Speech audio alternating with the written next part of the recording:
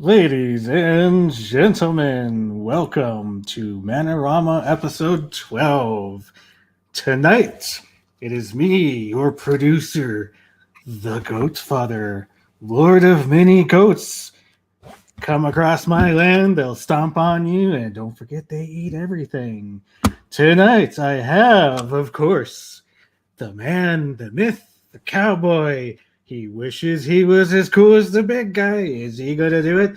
Probably. It's the Rancor Steve. Well, howdy, everybody. I'm glad to be here. Oh, yeah. As usual, there's good, there's evil, there's robots and aliens, but no matter what side there is, he's always gonna be fighting evil. It's the Comic Relief Crusader. Ooh, yeah. Ready for another Man-O-Rama show. Oh yeah, this is here. This Jim Heavyweights at this. And we've got another myth, another legend as you see him sipping what could only be forbidden in the mountains. Maybe he'll kick you off the mountain. Maybe he'll have something to say. It's Vincent. Good evening. So straightforward. I love it. Good evening. How is everybody? So Sorry, far, so I don't good. do a very good Macho Man. Well, I could try. Well, You go. Listen, brother. machine And of course, tonight rises.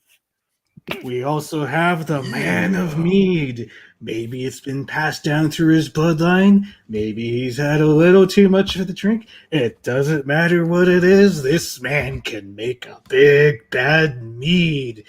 Make him angry and he's gonna smash you in the face with this giant cup. Skull! It is Jeff the Lost Wanderer. You're muted, buddy. Oh no. Damn it. I delivered that perfectly, too. Hi. What'd you say? Well, Mr. Bond, we meet again. Oh, yeah. Oh, it is good. It is good to be back. Oh, man. But, yeah, welcome to the 12th it episode of As People. Sorry about that. I live where people have to put in crazy muffler noises to sound cool when you're not really cool. Thank you for joining us on episode 12, Moon River Wider Than the Mile. And well, the title of this episode really doesn't make sense to it, but whatever. So let's get it down to it. How was your guys' week? I should say 2 weeks. See, I'm a nice host. I give everyone a couple breaks, you know. That's very considerate. Mike, how was your 2 weeks? Not too shabby. Was pretty good. Was just seems like work here at the shop is picking up, which is awesome. Loving it. My right arm is a little kafuckered, but that's nothing. Just pass it off as some little flesh wound. And I guess I got to fill in for you, my illustrious sir, on Doomcock last week. So I hope it did you proud. You did a pretty good job. Those are big I heard shoes that you got to too. fill in. So, I know, right? Tried my best. Vincent, how was your 2 weeks? Well, moderately neato as far as weeks go. Cleaned out the basement, threw away a metric shitload of stuff. Potted around in the yard because it's still actually warm enough to do some yard work. Other than that, just hanging out and drinking. Nice. Jeff Rooney, Franny. I almost got kicked off the show, which really disappointed me because I almost lived up to my call sign of Franny because last Friday we got to negative 21 degrees where I live. So I almost lost my man parts because I was out working in it. And then Oh man, 2 you days had me later, worried. dude. yeah. And then 2 days later, I turned another year older. So I'm still recovering from that. So yeah, it's not been a good 2 weeks. It You want a hug? goat. Yeah, do you want a Maybe. hug? You Maybe. want Kleenexes? You want a hug, Yeah, I Ben? did kind of go through Okay. them. I'll hug you. The stories You need There some we go. cocoa. I can put some on. Vaseline. Had plenty of that somehow. Ah! Burn!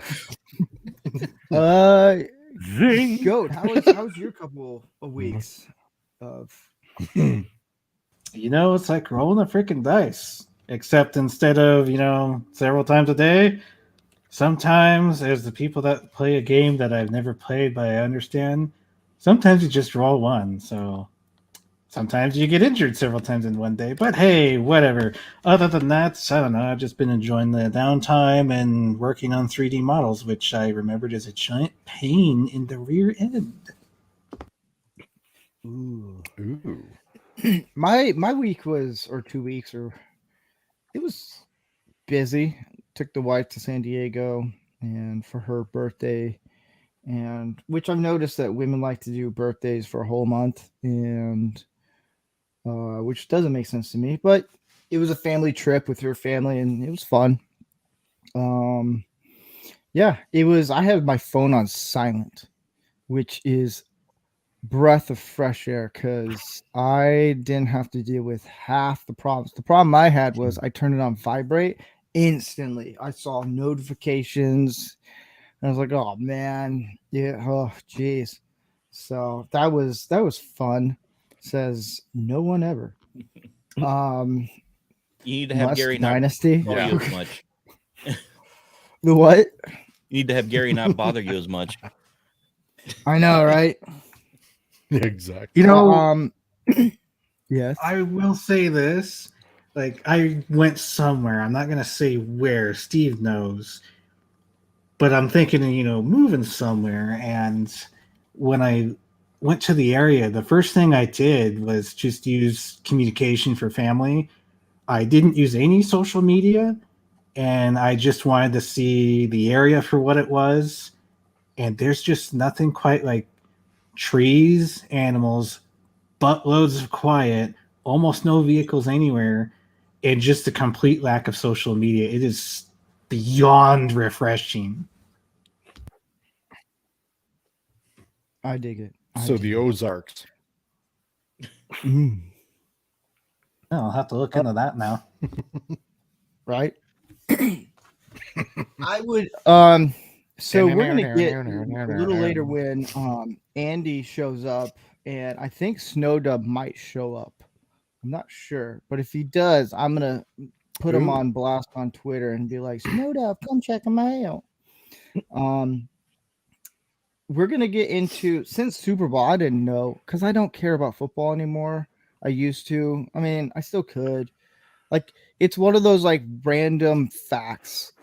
Like, I never played football, but I know a lot about football and the facts of it, and I know a lot of stats. It's weird. I'm terrible with a lot of like math, reading. I can't read very well, and which does explain my education as a Southern man. But I know crazy facts about football. It's weird. Like, I don't know the dates or the time or what year what Super Bowl was, but I can tell you pretty much of like certain players of this and that. And I've recently, when I started working with Gary, I kind of stopped worrying about football just because it became this weird, like, to me, it's almost like a fetish, kind of like weird, not like a kinky, like ooh la la, just like a weird fetish where people take it way too serious.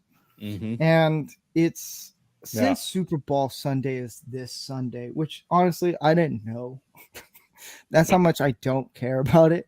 I thought it'd be kind of fun to just, give our predictions. You could even talk about your favorite Super Bowl if you've watched one, or even if you don't like football, you can bash it. I don't care. Some people like it, some people don't. I prefer MMA. That's what I am.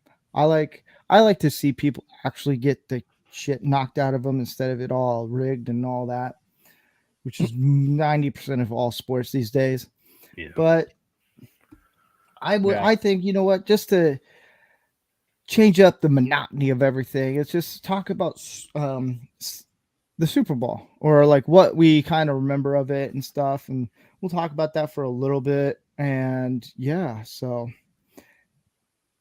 anyone can start. Anyone. Well, I'll start with the Super Bowl prediction. Okay. I think who is playing. That's what I want to know. I it's the forgot. Chiefs and Eagles. Okay, so nobody.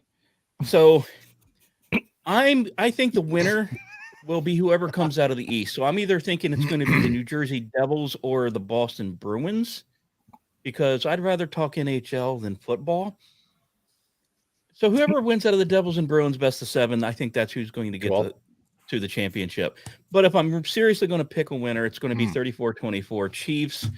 And probably my favorite Super Bowl moment, and I pulled out my Saints hat for that, was the beginning of the second half in the Saints-Colts game with the onside kick that actually worked. I remember screaming at my house loudly that they actually pulled it off and made it work. And then, of course, went on to win, so that was cool. Nice. Yeah. For me, I really don't care who wins. I think Mahomes is kind of he's just glitz and glamour. He's good, but I'm just like, eh. You know what I hate think it about would be Mahomes? I'm sorry to interrupt you. Is he should have been the starting second baseman for the Los Angeles Angels. He was drafted by the Angels. He should have stuck with baseball. Sorry. Oh, yeah, he did do that. Yeah, I forgot about that. But I will say this. My favorite Super Bowl, it's kind of a combination because I'm a New England Patriots fan. Not because of Brady. Right. I've been a Patriots fan for before Brady even showed up. But it would be the Seahawks and Patriots Super Bowl and the Falcons Patriots Super Bowl, which are probably the two greatest Super Bowls ever to be done. Like, you can't, those are unmatched. But I think it'll be close. I one of the things I hope is I used to like the halftime shows. Those were kind of fun, but that's the thing. It's so pointless. But I think Chiefs might actually win, because I think NFL is riding up on Mahomes so much. But yeah, I like the older stuff. I liked 10 years ago football. That was fun for me. Yeah, I know. Everyone, once I say Patriots, everyone's like, boo, you guys cheated. Well, mathematically, we didn't. If you don't get your award taken away, did you really cheat? I mean, See, damn those here's numbers. the thing. Exactly. Joe Montana admitted, if you ain't cheating, you ain't trying. and I live in New England Patriot country, and I hate most of these mother effers because they don't know sports outside of Boston. They're so far stuck up their own ass. It's not even because funny. Boston is the greatest sports city in the country. In their own mind. I know I'm going to piss a lot of people off. Half of Boston. Look at the Red Sox. Come on, they're not bad. They couldn't tell you anyone outside of the Yankees who's playing. They don't know half the rules of the sport they profess to love. That is true. They are the worst fan base next to the Washington Redskins. That's about you just described 90% of all sports, though, and that's one of the reasons why I don't really follow any professional sports whatsoever, because it's all okay. Work with me here. You're at a bar, right? You're having a couple of beers, and these two neckbeards start arguing about the sport ball match that's on one of the 50 big screens. And they start talking about the team. And when they start talking about the team, they say, we. Mm-hmm. We need to do this. No, Pole Smoke, you ain't getting paid. They need to do something about it. Join the collective. Exactly. That is my biggest pet peeve. Even at the lower levels, like when I played hockey, you would hear people talk about that, and I'd be in my goalie gear sweat pouring down after. Oh, we need to play better. Where the fuck were you on the ice? Exactly. Yeah. Where were Yeah. you when we were Yeah, going over the game? I don't agree. I don't recall you ever getting a contract. You in the Exactly. bleachers watching And the as game. far as You as know? far as this Sunday It's goes, lost somewhere. It's somewhere. as far as this Sunday Yeah, goes, exactly. Chiefs, Eagles. Remember, I'm in Philly. I have to say it right. Eagles. No matter who wins, we lose because the city's going to burn anyway. Yes. They'll burn it down if we win. They'll burn it down if we lose. So I could give zero shits about who wins, I like that. and that's Yeah, it. and the scary part, I imagine, for you is not only if they win or lose, but if they lose over a bad What call, it'll actually be worse. Oh yeah. Can you leave me alone? Well- I'm busy. This is Nama. You might have seen her on Twitter. Hi. Oh, so Lay cute. down, fatty. Here you go, girl. That's So I'll end it off on this note of the sports stuff is when the Patriots got tagged for cheating with deflating footballs. I'll leave it off this note. This is why I think Bill Nye the Science Guy is actually full of shit. He has no idea what he's talking about. He is. He's literally just. I can give him $100. He'd be like, "The Earth is round," he was always. and then I'll give him another $100. He'll say it's flat. But The thing about Bill Nye the Science Guy, Dolph Lundgren is a more highly qualified scientist than he is. right? Actually, Dolph Does Lundgren. he have? He has what? Two. He has 2 degrees in chemical engineering, and he turned down a Yeah. Fulbright scholarship, which Yeah, is and one of Yeah. them is a master's, where Bill Nye only has the bachelor's. Yeah. so. Exactly. It's like Bill it's like You're just Joe an Biden's engineer. wife. She's not a real doctor. Anyways, Only in her Um, mind. yeah. But I'll kiss Kamala Harris's husband. She's only a doctor looking after Joe's prostate. So yeah. But feeding him ice cream. it's the gotta let ideal that gas pass easy, law. yo. Does anybody ideal gas law is? We went real science. right now. Illuminate us. So anyone who lives where it gets really cold, if you pump up a tire or anything with air in the cold, it shrinks. Yep. Mm-hmm. So if you're in weather where it rains and it's cold, what do you think is going to happen? Shrink. That's as far as my science degree goes. But on that note, You since need it's to about spend some time in the cold Arctic tundra. yeah, since it's Does that explanation great. work on the wife there, Steve? yeah.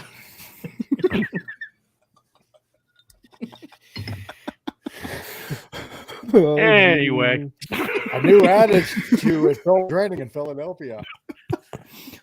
One ball went this way and one ball went. Wow. But since it's February and Valentine's is coming around the corner, I thought all the guys on the panel each week for this episode for this month, each will pick our favorite romantic movie. ooh, And Ooh. for me, since someone said I'm gonna butcher his name and I don't care. Ralph Lundgren. I don't know. Everyone's in the chat's Dolph like, you Lundgren. spelled it wrong, you jackass. Is mine is Expendables 2. ooh. And Uh, to me, that is a love letter to Chuck Norris. That is a love letter to the fans and everyone. It is a good action movie and all around solid. I rewatched them, all 3 of them, and they're dumb movies. Flat out just like the dumbest movies possible, but they're fun. That's the thing. They're having fun. Yep. It's a way to get older guys who've been doing a lot of movies just to have fun. Let's pick the dumbest possible way and let's just have fun. And they bag on each other. They bust each other's balls. Like there's a Rocky reference.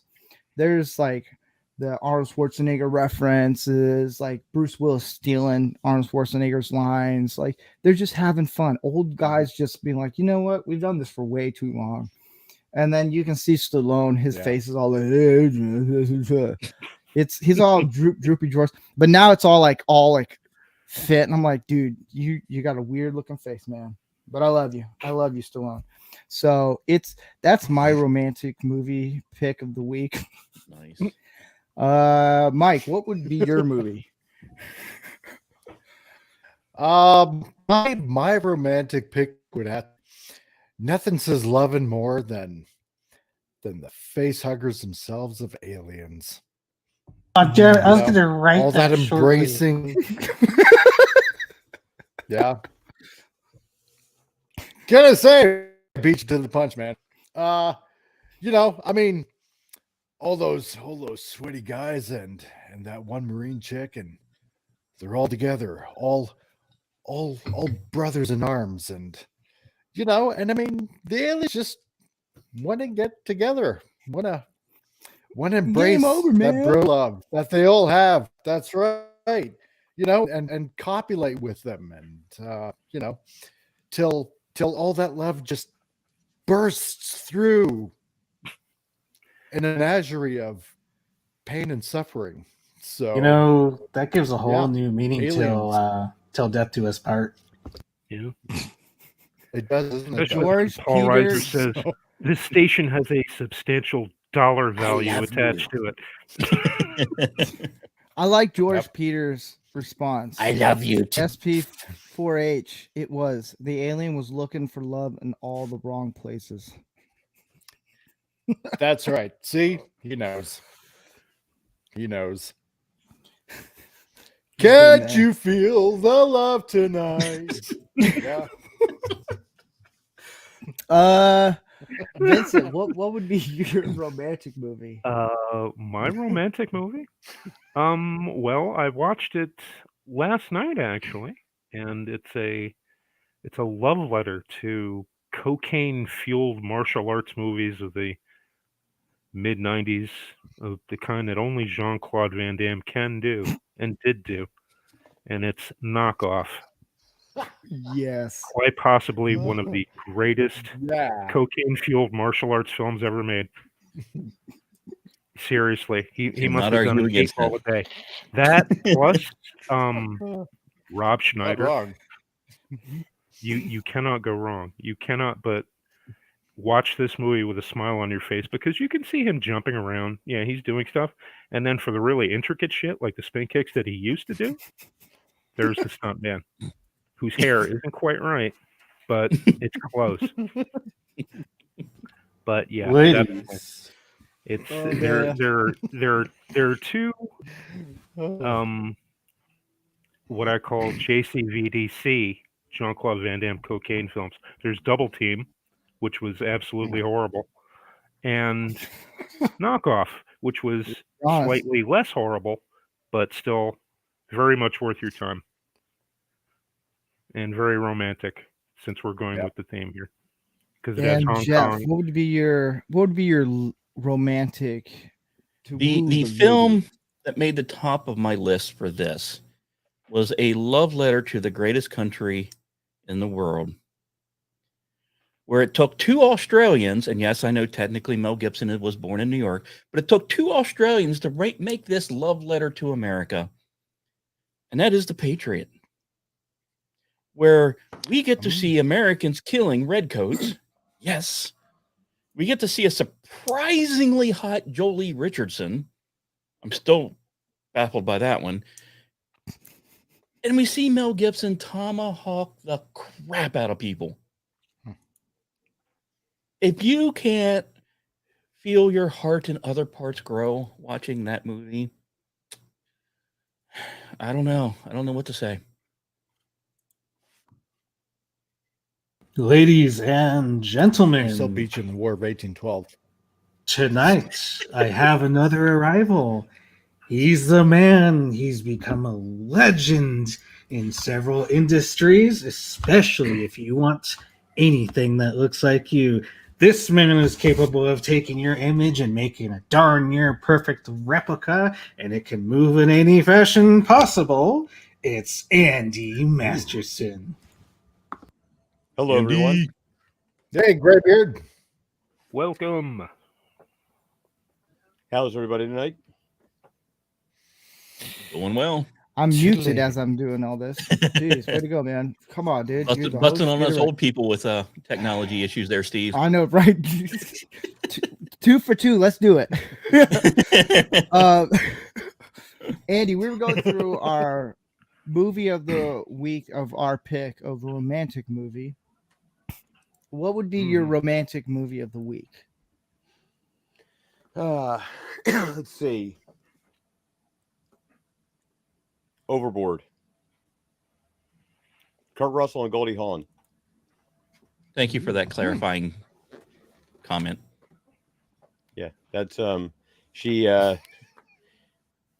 gets hired to do some carpentry work on her yacht, and she's very snooty, very and looks down on him, and so her husband, who hates her, she falls off the boat, and he's just ready to hang on one second, guys. And there he goes. Well, that was Andy. Crud, I guess the aliens got to him. Graybeard, everyone. I know them face huggers. Hey man, they're just looking for love, the person said. Damn them all to hell. I feel like Andy's gonna pull something out of his hat. There you No, I had children with automotive issues. Uh-oh. So Oh, that's always fun. So anyway, Goldie Hawn falls overboard and loses her memory, and Kurt Russell takes her home and convinces her that she's actually his wife, and she lost her memory, and she's got to deal with his 3 monster kids. And it's really a fun movie. It's of course nowadays it would be so problematic, like, oh my god, like he's misleading her. That would be terrible. But yeah, it's really a good movie. Anyway, long story short, she ends up falling in love with him and ditching the husband and stuff like that. Then you find out that she's the one with all the money, not the husband. So. Yeah, that's how you do it. I should have did spoiler alert, but watch it anyway. You'll like it. I'm more of the remake guy. No, Andy, if they're having the issues, did you tell them? Oh, I don't know. Have you tried turning it off and on again? Well, that's the problem. The knob came off. So okay, how do we fix this? A couple weeks They have ago, ointment for that. We got into a conversation during one of the tweets about the gym girl. And Andy said he never got a chance to actually talk about it. And he's probably one of the few people that I know that goes to the gym regularly. And well, I try to, it never works out for me. But he really wanted to put his input. And after he said, hey, I would like to talk about this. And I was like, sure, we can do it again. And there was a lot more things that happened and unfolded with a lot of other videos that popped up. And it made it intriguing that it's like, maybe we should bring this up because there's a lot more that came out to it. And there was a video that came out of a girl actually struggling. And I watched the video and she had a safety. Andy, you can interrupt me on this one. I don't know what it's like a safety harness kind of for like leg pressing. No, it's a squat bar, and it's fabulous. It regular squat bar kind of digs in your shoulders and pulls your back out of position. It's very uncomfortable. It's not very safe. This thing locks in there and it stabilizes the weight. You don't have to worry about putting yourself in a bad position with your neck going forward. It's a great piece of equipment. But there she was with getting stuck under the weight. And, there's a lot wrong with this. First of all, she's if you're going to squat in a cage. It was once back in the 90s. My brother and I were in the gym and, we would go there and we didn't socialize or anything like that. But these kids come in and they go in to do squats. And the first thing they do is they take the hooks out of the inside of the squat rack and they put them on the outside of outside of the cage, and looking at them, and they're like, and they get in there and they're starting to do all the like squatting outside of the cage. So my brother says, you're supposed to be doing that inside. Like, that's what it's there for. Says, yeah, all right, buddy, we know what we're doing. So this kid gets up there and he lifts the bar off and he falls forward. The bar comes down. He actually flips over top of the bar and lands with his neck on the back of the bar like this. Like, crash. I mean, it was only like 135 pounds, but it was still like, and so my brother turns around and says, you all right? Says, yeah. Says, good thing you know what you're doing. Next time, use the inside of the cage where you're supposed to.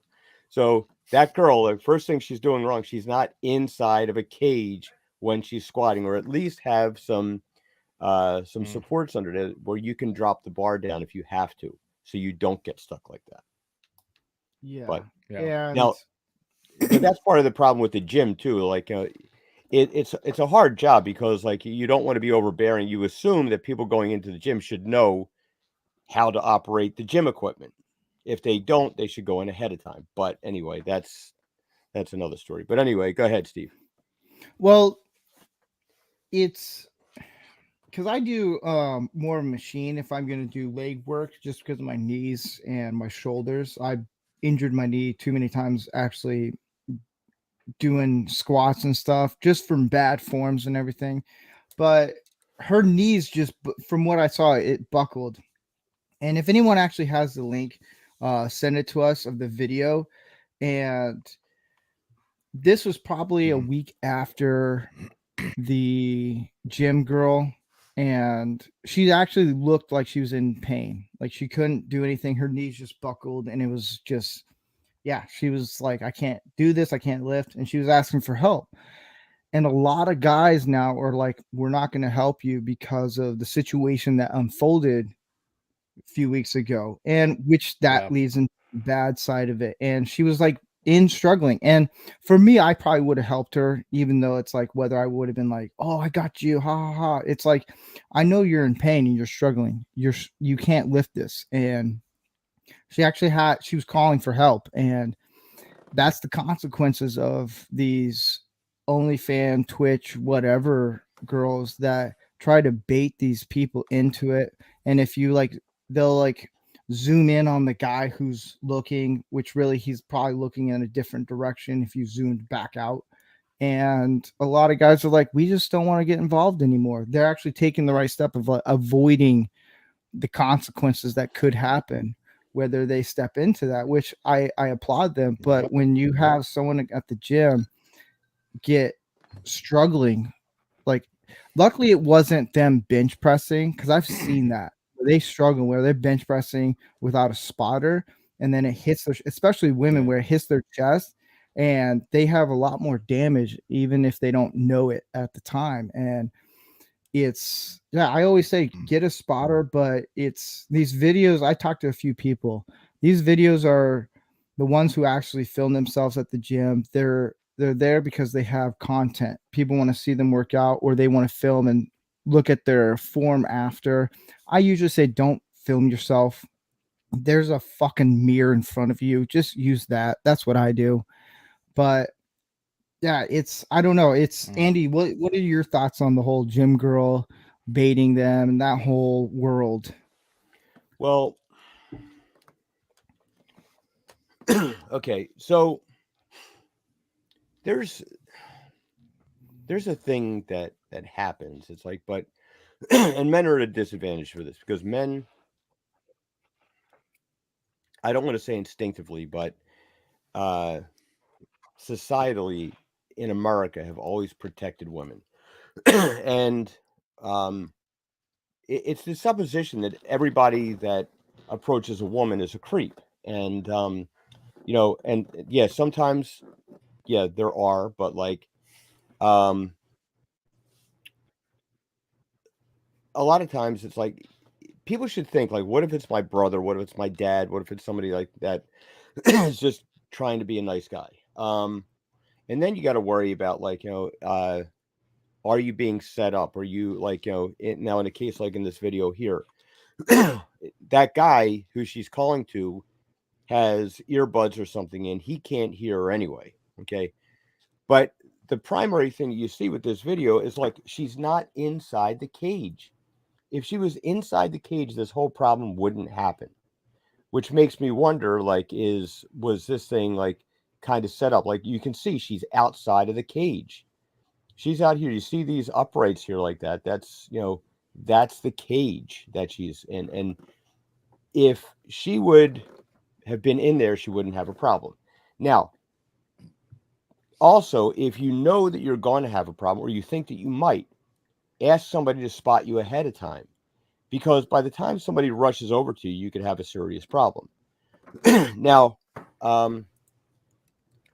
my daughter goes, she's on the powerlifting team at college and she does all this stuff but she usually has a spotter there with her. She'll go with one of her friends and works out together with them. If not, she's, at this point, she's not afraid to ask somebody for a spot. And then if somebody's acting creepy, like she came up and she said to me, if somebody's staring at her, what she does is she just looks right back at them, like, and then they turn away. It's like, oh yeah, I'm. But it's really hard to be a young man at this day and age, and I won't say that men are blameless because they're not. There are a lot of creeps out there. There are a lot of guys that men and women that have this internal dialogue going on in their head, where, look, there's a bunch of videos out now where there's a guy in the street and he's asking these women how they would rate themselves. And they're like, oh, I'm definitely an 8 or a 9, so like that. Then they ask guys that are passing by, what would you rate her? Like, about a 2.5. And they're like, completely shocked. And like, and men are the same way. Men tend to think that, like, it's, you see this a lot of times where, men are kind of, out of their league, but they don't necessarily realize it. I don't know what the thing is in their mind going on there that makes them think that, like, they must have a funhouse mirror at home. But a little bit of common sense will go a long way. A little bit of forgiveness goes farther, and a little bit of just communication with people is even better. So if some guy's at the gym and he asks you, like, he's like, you can very politely say, no, thank you. But to do this stuff where you're putting somebody on blast like this, or you're putting somebody now, if you turn the tables on them and you put the camera on them and you're like, oh my God, look at the crappy form on this girl. Like, they would be completely offended. How dare you put, it's not like there's not a case on Twitter right now of some girl saying that people are sharing her pictures without her consent and making a big deal of it. Where's the quid pro quo? You have to think like that. So these situations, my advice to people, if you're going to the gym and you see somebody you think might need help, ask them ahead of time, will you need a spot? No, thanks. Okay. And off you go. It's a lot easier for me because I have all this and I look like somebody's dad.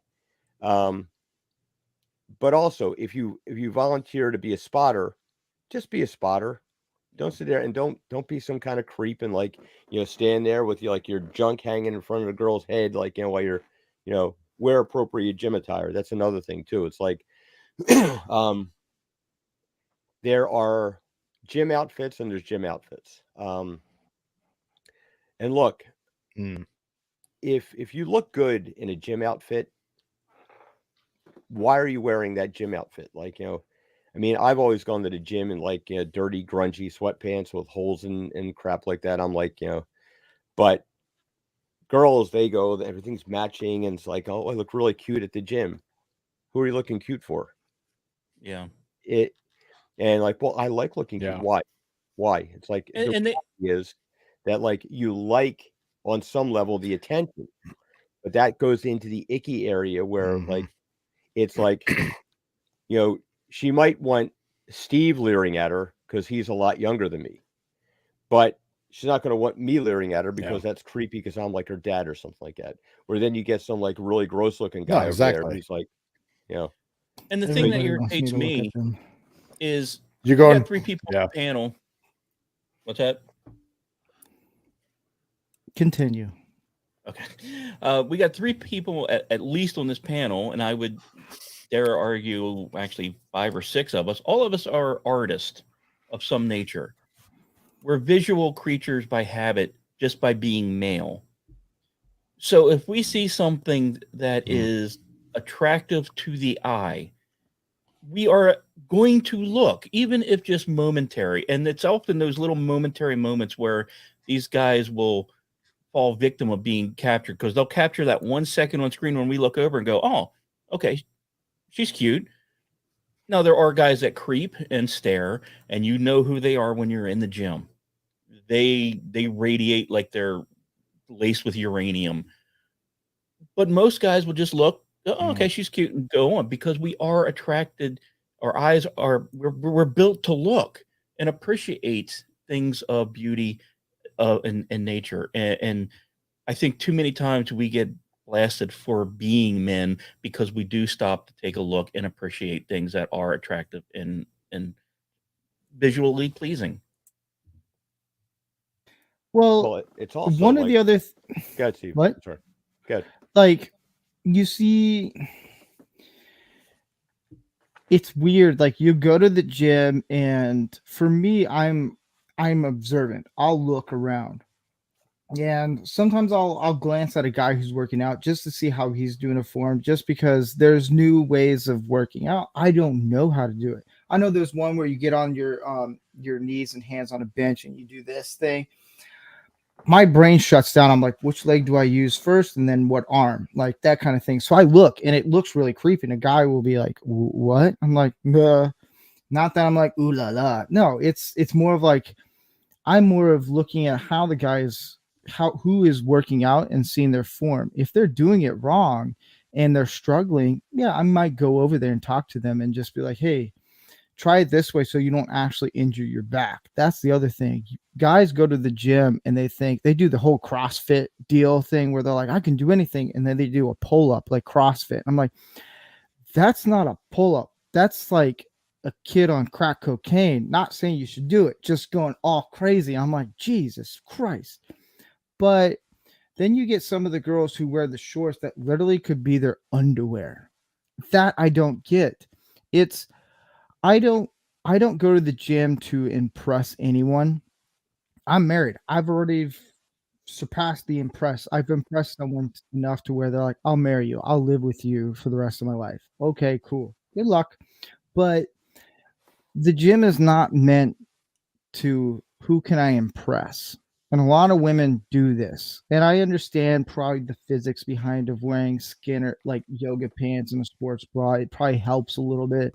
There's something, probably some like scientific physics there. I don't know. But it's, guys shouldn't go in there wearing a skin tight shirt and be like, oh, look at me. It's like, I mean, wear a t-shirt. Like wear a regular t-shirt and that kind of thing. It's, I know there's a lot of women that do that, and they try to bait these guys, and I'm like, Well, I mean, you can legitimately want to see progress. You want to see Yeah. how your muscles are contracting. You want to see like Well, yeah. you get just as well, maybe not just maybe you get some guys in the gym that are wearing these little string tank tops and these Thomas Magnum shorts, and they're like, and they would fit right in San Francisco. And I don't know if that's what they're going for with that look, but it comes across that way. But you do want to see, like, you want to see your form, you want to see how the muscles are contracting, and that's all well and good. But it's just like, men are visual creatures. It's just how we're wired. It's like we're hunters. We're hunters by nature, and we're always hunting things. Women cannot understand the male sex drive, and they can't understand how oftentimes you're not even aware of it. You just may look in a direction. It's like, oh, wow, that's really, well, very pretty girl or whatever. Or you might be looking past them. Like there's a, has anyone ever seen the video of, there's a guy in the mall and he's sitting there eating an ice cream cone and he's looking at these girls, and in some cases, some guys, I think it's done in France. and he's licking the ice cream cone, and they're all like, and they're like waving to him and stuff like that, and they're like, it's all hidden camera. And then the guy's finishing his ice cream cone. He puts his dark glasses on and unfolds his blind man's cane, and they're all like, "Oh my god!" Like, you know. But the reaction was like, "Oh my god, look at this guy looking at me. He's really checking me out."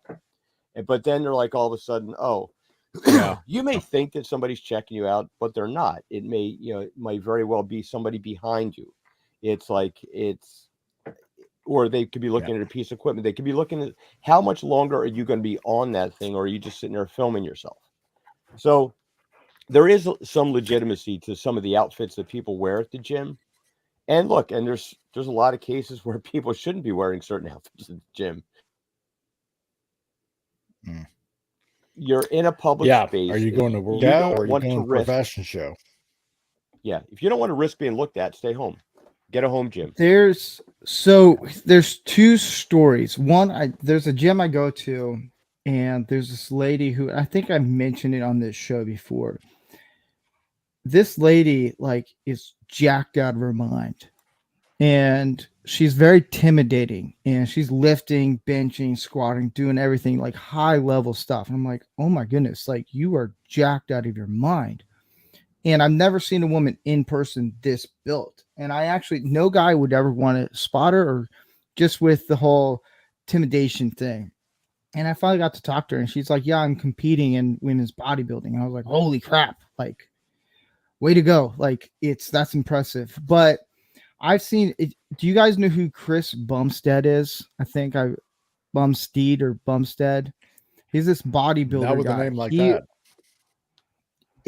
He had a sweater on, he's lifting weights, and he takes it off, and all these guys are like, oh, whatever, and then he takes it off. He's like, I guess he's like one of the number one bodybuilders where a lot of guys are like, I want to have a form like him.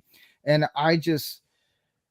that's the thing, like he comes in with just a sweater, he comes in just regular things, and then he takes it off and he's like jacked out of his mind. I was like, how much steroid horse tranquilizer did you take to pump your body? He's got a good looking body for like being built, but yeah. So I think I if you're gonna go to the gym, like just wear what makes you feel comfortable. But if women are going there just to bait men into being like, ha, I got you, it's pointless, because a lot of guys, 90% of the guys there are just there to work out. So but yeah, I think there is a special guest coming in soon. I don't know, man. I think it's getting a little chilly in here. It almost seems like the temperature's dropping. Maybe it's just some chill thing going on. I just can't get on it. Ladies and gentlemen, speaking of cold, you'll probably come out of a blizzard. Maybe when he hits you, it'll be his bare fist, or maybe, just maybe, as you get hit in the face, it'll be cotton. Welcome to the show, Snow Deb. Give me one moment to get you on, sir. Hello. Is it Christmas yet? No. Hello. Can you hear me? There you go. What's up, Snow? A little bit. There we are. Happy birthday. Thank you. Well, it was 2 days ago now, but thank you. Yes. Yeah. We had a great stream on my birthday. A lot of fun people hung out. All the puppets showed up. Very chaotic. A lot of crazy sexual humor jokes. Even a couple racist ones. Yeah. Okay, February, baby. I like this guy already. Yep. But it was a good time, and thanks for inviting me on the show, and then not sending me the link. Yeah. I think I emailed it to you. I'm not sure. Oh, you emailed it? I didn't know that. I think I did. I'll have to double check. See, that's the thing. I should clarify where I send it. I'm so used to getting it on Twitter. I just assumed. Yeah, I know. And when you assume, you make an ass out of you and me. I know, right? Well, my last name has an ass in it, so. All right. Yeah, we'll clear it. It ain't Rank. A lot of people think my last name is actually Rancor. It's not. Wait, I'm it's not? kidding. You're being lied to? I know, right? Be a I'm lot never cooler giving if up it my last was. name. You kidding me? I believe safety in nothing anymore. But we're gonna get into the chats and get into you guys. Pick your little brains, or if you want to pick our brains, whatever you guys feel like doing. I don't know. So, Christopher Dominguez says it was hilarious and a blast of a puppet show. I missed your show. I was gonna watch it, and I might try to do the replay of it and stuff. I've just been busy getting back to a trip, and I'm like, dang it. It was a great stream. So, No was pressure. it- It's a 2-hour stream, so it might take you a while to get through the whole thing. Just watch it in chunks. Oh, I will. I like watching your stuff. It's pretty fun. Yeah, My it's wife- mostly. Oh, go ahead. Sorry. No, I was watching one of your episodes one time. And my wife looked over. She's like, "What are you watching?" I was like, "I'm watching puppets." And it's all improv. None of us, none of that stuff is scripted. We're pretty much just bouncing off of each other and seeing what sticks. And sometimes it gets chaotic, like we start talking over each other, and that can be a little crazy. But when we're on point, we nail it. And I'm just lucky that I got a bunch of other guys that are pretty good with puppets too, so they make me look good. Nice. So, yeah, we're gonna Mr. CCDV says, "Can I lift a whole bunch of weights, or can I carry 130 pounds of plywood? I'd rather lift 130 pounds of plywood. I'd rather do weights. I've lifted plywood. Well, the reason why I would do weights is because my wingspan is not that long. So carrying plywood for Gary is a pain in the ass. He's like, you can do it. And I was like, okay. Drywall's the worst. I hate drywall. Oh God, yeah. I had a friend of Yeah. mine who used to deliver drywall. He used to be able to grab 4 sheets of it and hold it like that. His grip was so strong. Wow. Holding 4 sheets of drywall together, 4x8. Yeah. I almost was able to do 3, and then it fell on my feet, and I was like, I'm done. Yeah, if you meet a I'd rather carry the drywaller, plywood. if you meet a drywaller that's been doing it a long time, they have some of the biggest forearms. They look like arm Yeah. wrestlers. Yeah. Yeah. Mm-hmm. And Carla Burton says, hey, Snow Dub, I hope you recover from your birthday. Oh yeah, I think I'm okay now. Been a couple days, even though I'm getting That's old, good. so it takes a couple days now. Hey. This is apparently the show for old, so you're okay. All right, fit right in. Growing old is Way mandatory. too much Acting gray old is hair in optional. these videos. I took a picture with my wife to send to my brother, and I saw more gray hairs just clinging in here. And I was like, oh my gosh. And my brother texted me. He's like, dude, you look older than me. I was like, shut up. You're like 7 years older than me.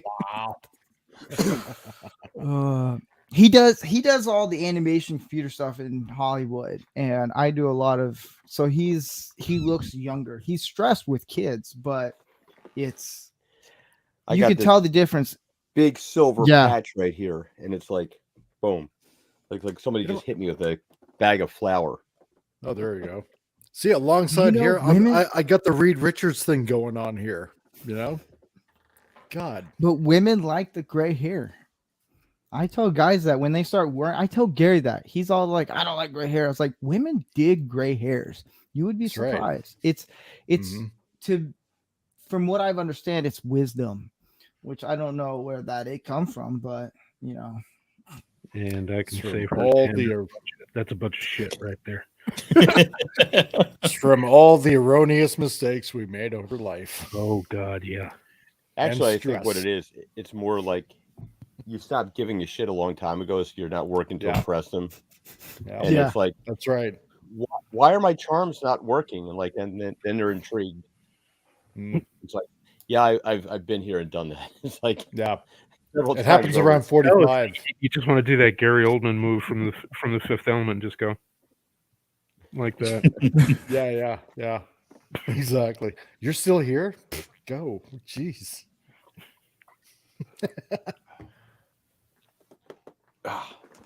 Mr. CC, yeah, I was Mr. CCDV. I was 18 when my hair went away. Rancor can understand that. Well, I was about 16. So in high school, I had hair down to here, and Like this?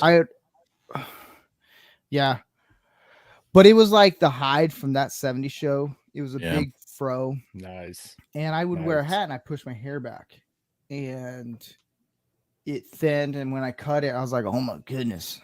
And I finally shaved my head when I lost a bet during a World Cup bet that I did with my buddy. I was going to shave his hairy back if he lost, and then he was going to shave my head if I lost. Well, I lost. Turns out I look pretty damn good with a bald head. Well, I've been a debating saying. that my whole life, whether I should just shave it. I'm telling you, I don't if you know. shave your head, ooh, it's wonders. Like on a good spring morning when you come walking out, ooh. Well, I shaved my head once and ended up in the emergency room. It's breathtaking. I didn't think I should have realized it should have been this one. See, I mean, I figure I already got the receding hairline going for me, right? So Getting I mean, there, it's just a Billy little Crystal. bit more, right? I know, right? Here's the thing. All right, so here's a little fun story. Have any of you ever had a bird poop on you flying by? Yes. Get hit. Yeah. That happened to me, and I feel like that's a rite of passage. If you can get nailed by a bird that's flying by with his turd, it's a rite of passage of in something. I don't know what it is, but it nailed me, and it's like all right here. And everyone on the trip was looking at me like, something dark is right here. I was like, what are you talking about? And I was like, oh man. So that's what happened. Oh, I got to tell you a story then. I was 12. My older sister was 17. We were throwing the football in the front yard, and for whatever reason, she was running and twisted her ankle. She's sitting on the front porch and going, bitching and moaning. And she goes, the only way this day could possibly get worse is if a bird shit on my head. And I kid you not, within 30 seconds, there was a bird that flew by and dropped the load on her head. Oh, yes. I don't think I've ever laughed more in my life. And my laughing was so loud. Our mother came out and asked what was going on. And all you could see is my older sister with the bird coming down, and it was on her right side of her head. It was running down, and you could see how red her face was with anger. It was glorious. Oh, the karma gods were working overtime. Oh, yes. If you didn't have faith in a superior being at that point with a sense of humor, that was definitely sealed the deal with me. God definitely has a dark sense of humor. Yes, he does. And it's on my honeymoon, we went to Jamaica, and there was a big aviary down there. So I got shit on by a lot of tropical birds. Oh, really? Yeah, like they would land on you because they had no fear of humans, so they would land on you. I got pictures. I got parrots in each hand, and they're all like flying over you. Then I had this like green shirt with this like line down. Like, fortunately, I brought a few extra shirts with me. That'd be a good Germany, idea. They consider it good luck if a bird craps on you, because it happened to my brother. So when we were visiting Germany when we were kids, so just crapped right on top of him. It was funny because it wasn't me. So there's a story. My brother Ed, he was probably about like 10, 12 years old, and he's walking home and he stepped in dog shit, and so he's sitting there on the milk box in the front of the door, with a stick, like, pushing the dog shit out of between the treads of his sneaker. And just then a bird comes by and shits on him. And he said, "You motherfucker." And he turns around, and my mom's at the doorway. Oh. And she's like, "I'm going to let you have that one." Double whammy. Man. Well, my mom was a piece of work too. She there was a time there was a girl over at the baseball fields, like one of the other kids' older sisters, and she was going around bullying all the little suburban moms and stuff like that. And there's my mom sitting there in this little, webbed lounge chair with a cigarette hanging out of her mouth, and this girl walks by saying something cocky. And my mom's like, "What'd you say?" Like, bitch, where I come from, I'd eat you for breakfast. Like, oh yeah, and that's all it took. Like, there's Stella doing the ground and pound back in 1973. Pop, pop, Yeah. pop, pop. Cigarette never fell out of her mouth. Yeah. So at dinner Experienced time, brawler. well, at dinner time, like she grew up in the Depression. So like if you had the balls to say you didn't like what was being served, there was a backhand coming across your face and getting a bloody lip at the table. It was Oh, like wow. they knew what it was like to be hungry. So you had dinner, you should appreciate it. It's like living with a bunch of Italians. Now, growing up in Philly, it was it's not gentle. Probably not. No, you are truly the Fresh Prince. Well, we moved Oh, over here man. pretty early, but like they both grew up in the city. Like my dad, like he was born in 23 and she was born in 32. So Right. they grew up back when like she had a story of when she was coming home from school one day and there's these girls were teasing her and like as she's walking behind her, calling her names, teasing her, and she's all crying. So like, got my grandfather sitting on the front stoop, and she goes to come in the house. She's like, "What are you doing?" And she's like, "I want to go inside." Like, you're not getting in this house until you go over and fight that girl. But I'm like, get over there and fight her. And like, Oh my there God. you go. And it was done and over with, and didn't have a problem again. So back when you could do that. Oh my kind of thing. God. No supper for you until you fight her. Yeah, but you know what? That settled it. Oh, I suppose. guarantee you would have a lot less of these school violence incidents if you had something like that to diffuse pressure. The Yeah. worst thing you could do, I mean, Jesus, you can't even play friggin' dodgeball in school anymore. No, Like, I know, I mean, right? we used to like, we used to box. We used to like, I mean, my dad went to Catholic school back Yeah. in the 20s and 30s. Like, so Yeah. like we got boxing lessons, and I was the youngest of four boys, so I got my ass kicked a lot. It was like, I was the smallest one, so and then when WWF wrestling came around, like, I was the guy that got body slammed because I was the lightest. Yeah. Oh, dude. I mean, yeah. I mean, I got bullied at school like crazy, right? I'd have to friggin' run past the, like when I was in grade 7, I'd have to run past the grade 11 kids, that was smoking on the corner and whatnot, just so I wouldn't get beaten up or something like that, right? And that's a weird thing.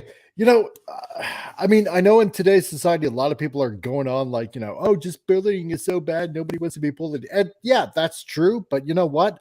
On the other hand, bullying ain't exactly such a bad thing because eventually, hopefully, you'll learn to stand up for yourself and not take it anymore. And it in a weird sort of way, it can make you stronger, right? No, nobody likes to be bullied. But you know what? You get picked on enough times, and when you finally had enough, well, then you learn how to stand up for yourself and eventually, become a man. But you have to get some thicker skin too. Oh yeah, Like exactly. That's the. I mean, you see it on you Twitter. need that callus. Exactly. Yeah, everybody gets butthurt over the smallest things. It's like, Yeah, I know. I mean, the best thing you can do is like, I'd recommend for everybody taking some kind of a martial art, like, because at least you get in there and spar a little bit and you can, you get, if you're in a place that's half decent, you'll know what it feels like to take a shot. Yeah. You get punched in the face a couple of times, all of a sudden it takes that fear away about like, all right, I've been there, I've done this. I know I can take this much pressure. And if you can't, like, you better toughen up so you can. Yeah. But that's really helpful just as far as like, but I mean, like a lot of the stuff is, you have to, you're going to get out of it what you put into it. I mean, there's a karate school in every strip store, strip mall in the country. And it doesn't mean that all those kids that ever went there can know how to fight.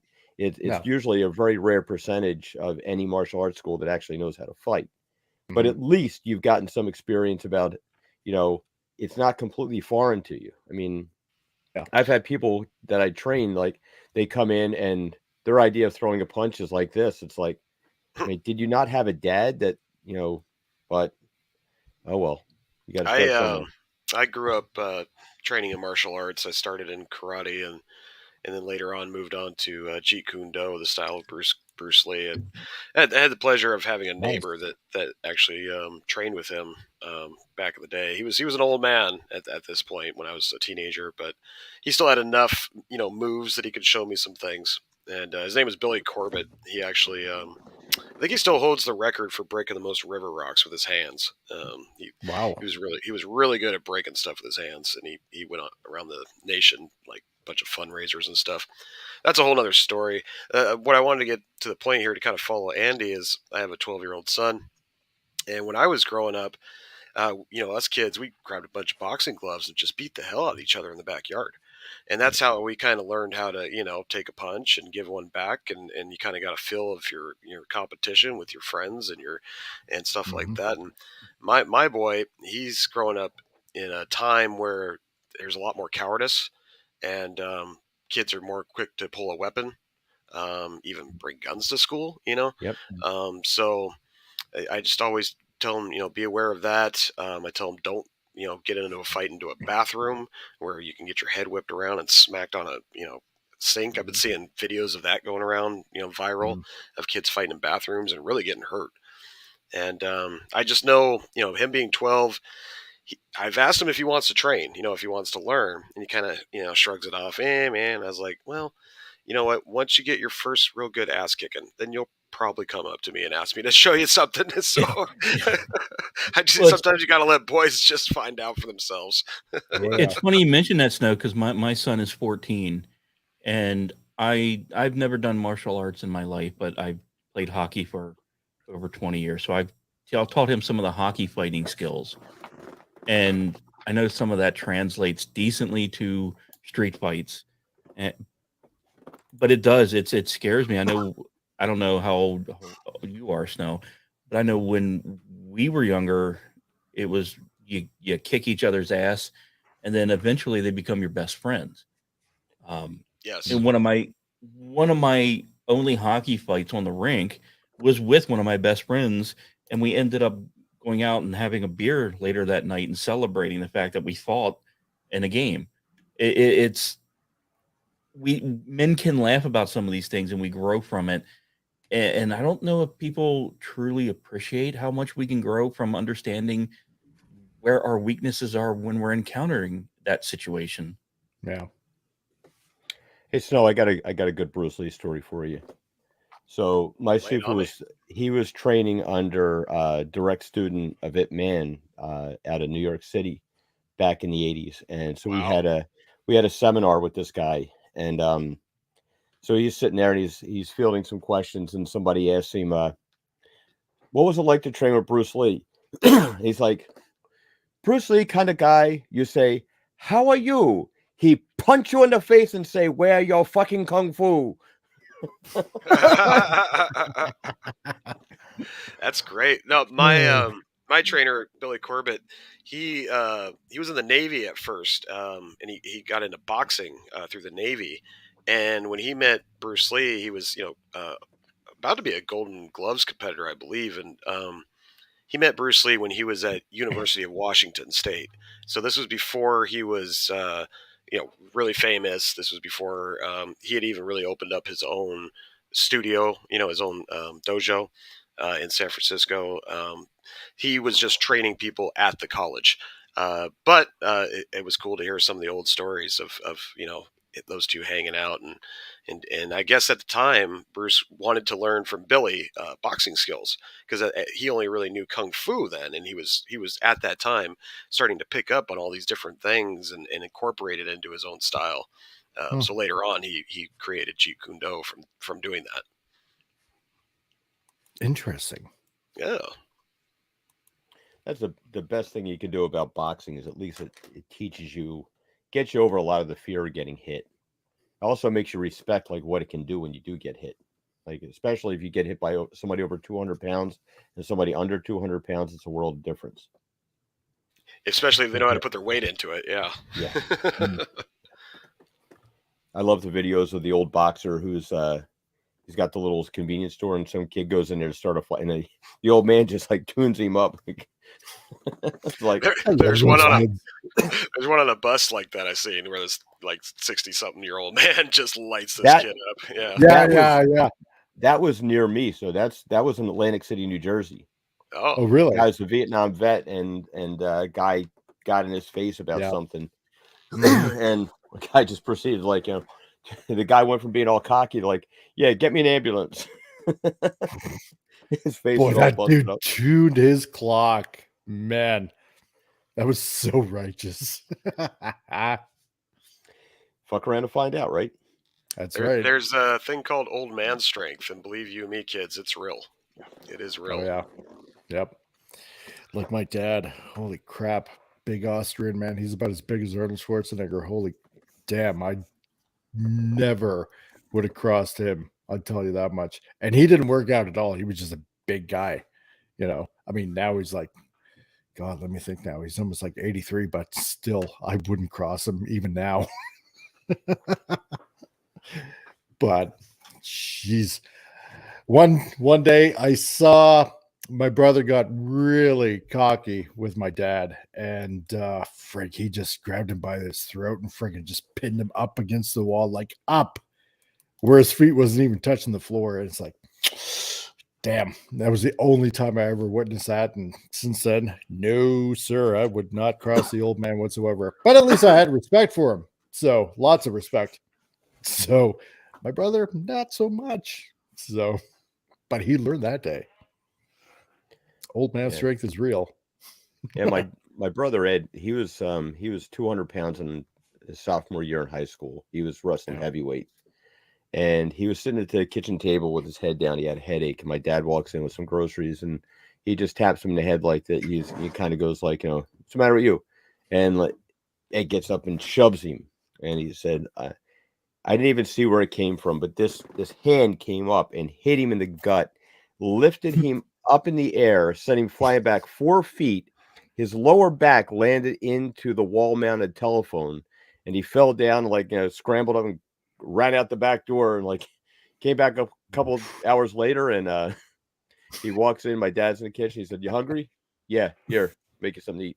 That was the end of it. It's like, I said enough. That's all you got to do. So we're gonna get into the topic, and just briefly, we're gonna talk about this. It's about men and emotions, and like when it is okay to be emotional and when it's not, and what is the limit of being emotional. And to me, it's when you're emotionally seeking attention. A lot of growing up, I always thought like, yeah, emotions, that's good. Well, there's a certain balance to that. And for me, it's for being a man, it's not necessarily I have to go spill out all my emotional guts to everyone. No. Like, I can go talk about my feelings and my emotions to my wife on certain things, and I can talk to like Gary or Andy or anyone else that of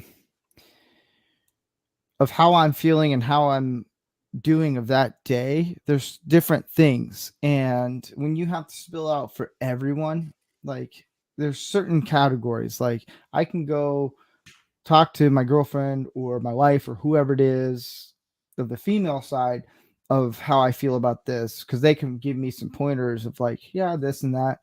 But there's some things that like only guys can be able to help other guys out. And I think when today's society says you need to be emotional, it's okay to cry, it's okay to do all these things. Yeah, that's true to an extent, in my opinion, but you don't have to cry about every fucking little thing.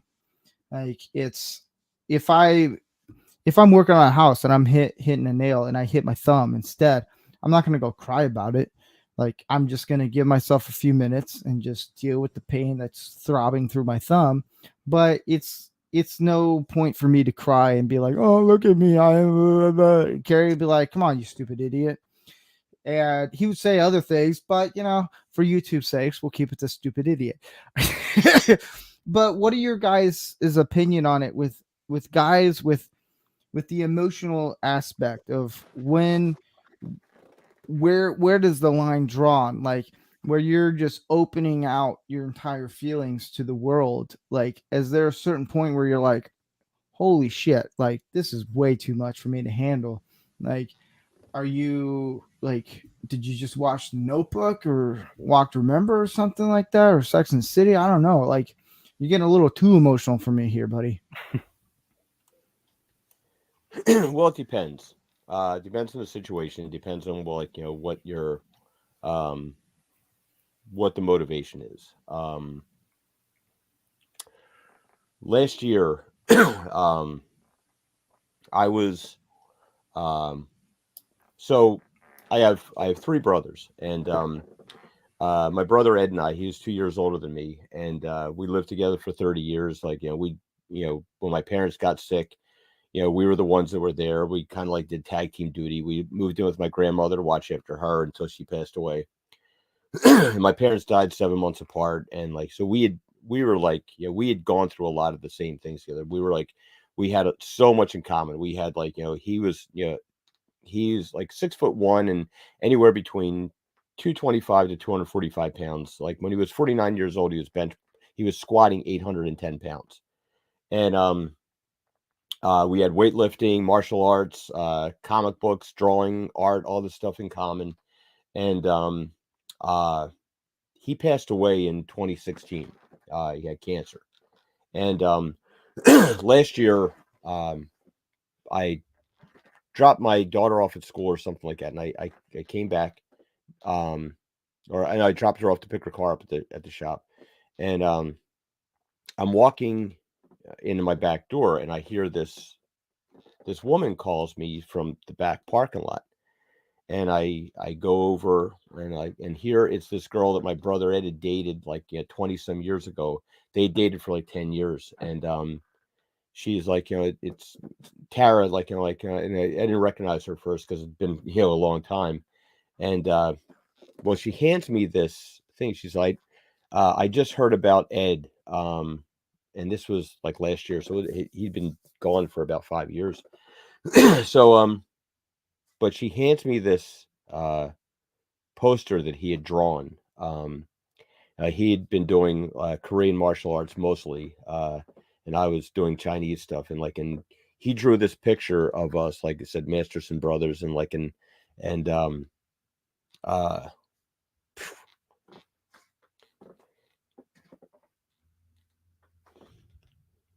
so I'm like nailing down the hatches and stuff like that, and I'm holding it together. And I'm like, wow, this is like the shock and stuff like that. Didn't have any chance to prepare for this or anything like that. And now I'm a guy, like me and my brothers were up there at my mom's casket. We're cracking jokes and stuff like that, and laughing at the family as we're coming in. We're pretty hard edged, but like, this really hit me. And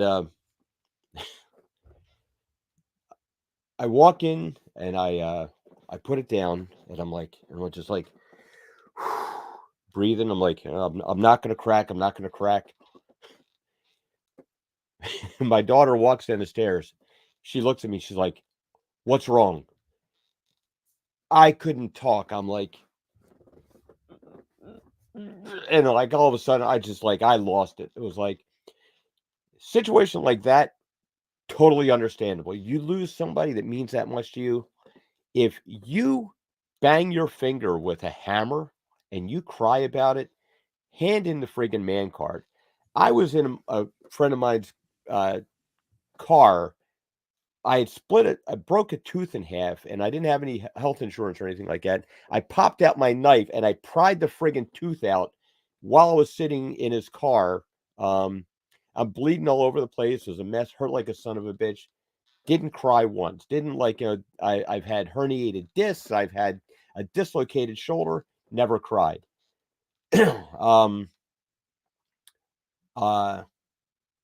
My dad passed away back in 91. I didn't cry for like, 3 days. It was like after I was in his apartment cleaning up his shit and stuff like that. And I sat down, I opened up his his photo album, and I opened up a picture like of him holding my nephew, and there the realization that my kids would never know him, and I just lost my shit there. So, but most of the time, that stuff should kind of be in private. It should kind of be like you. Not only is it, women may say they want a guy that shows emotion stuff. No, they don't. They lose respect for a guy that shows his emotions too much. They lose, like, that's, they want to kind of work for it a little bit. That's been my experience. Like, that doesn't mean that, like, you should, but stoicism, and it's like everything else. If you use it too much, it loses its value. It's like if you cry at the drop of a hat, or like, you know go and, like, like, oh, I was like, it made me feel like this, and like that stuff is like, sorry, if you get your feelings hurt and stuff like that, yeah, all you're doing is like that. What that's subconsciously saying to a woman is that when times get tough, you're going to curl up in the corner and she's going to have to fight for herself. Not a good plan if you want a woman to feel solid and secure with you. So that's my viewpoint. It's like, yes, it's okay to have emotions. Yes, it's okay to let them show it sometimes. Pick the time and the place, and if you can't keep control of them, find something that's going to help you to keep control of them, so that you can pick and choose when you release that stuff and when you don't. Anyone else? So Yeah, there I'll was follow two that up. monkeys. Gary, Okay. Gary nailed it. That's it, and that's all you can do. I'm not about emptying out my purse and letting everybody know what's going on in my life. I mean, and admittedly, like Gary, my parents died not too far apart. It was more case of 5 months in between them when they died, and for 5 months I was just walking around, going through the motions, being a zombie. People ask me how I'm doing. I'm like, I'm fine. Leave me alone. I'm fine. Leave me alone. And one day, boom, it just all came out. I completely lost my shit.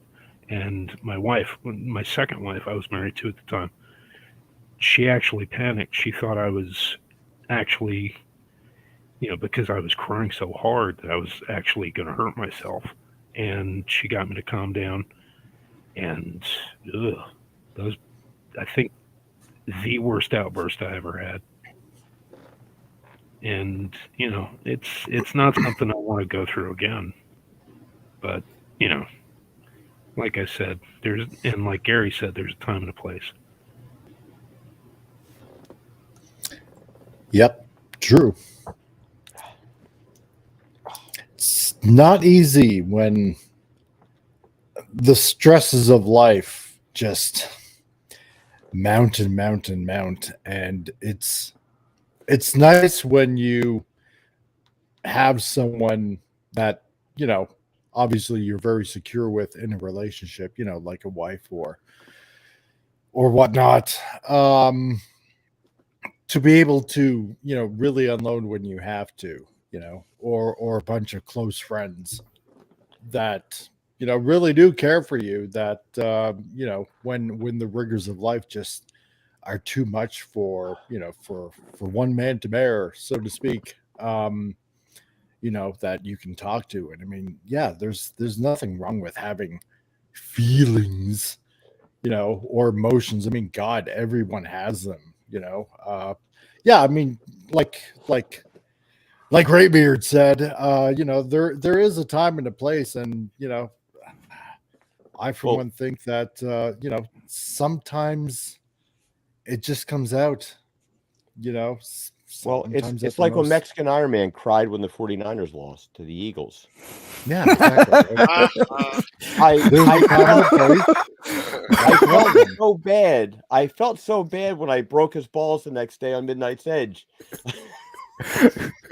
I was trying to do that 2 weeks before that. Yeah. I have a rivalry with Mexican Iron Man. I was, kind of still is, a Seahawks fan, even though I don't really like the politics up there anymore. And I can't remember who said it earlier, but we should have ran the ball against the Patriots. I can't remember who was talking about that earlier, but why we didn't give it to Marshawn Lynch is beyond me, except for the fact that they wanted Russell Wilson to be the poster child of the Super Bowl. They didn't want Marshawn Lynch up there giving a speech, so to speak, after winning the Super Bowl. So, but Hey, yeah, it's okay. It's okay. It's okay. You guys make dumb things. As a Patriots fan, it's okay. I'm not gonna rub it in your face. But on the topic there, I like where Andy was going with this, and you guys probably know as well as I do, if you're a dog lover, that I've lost my parents, I've lost grandparents, I've lost best friends, but nothing made me cry like a 4-year-old little girl than losing your favorite dogs. And I breed Dobermans, and so I've had generations of them. So right now I have the grandson of my original Doberman, and so losing Grandpa and the father were both heartbreaking. And the only thing I can compare it to is like losing a child.